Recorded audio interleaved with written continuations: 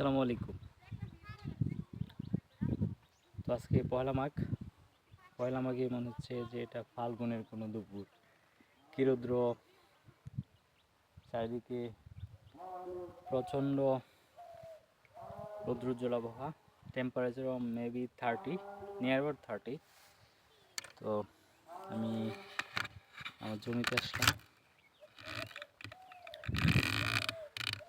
দেখাচ্ছি copy, copy, ঠিক আছে।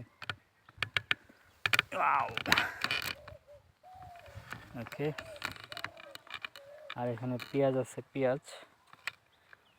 ওখানে আছে পেঁয়াজ, তারপর আছে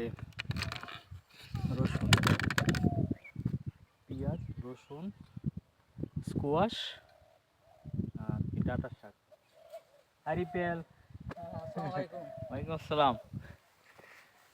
তোমার ছোট ভাই, ওই টমেটো বাগান ওই যে সামনে। তো ভালো থাকবেন সবাই, আল্লাহ হাফেজ, আসসালামু আলাইকুম।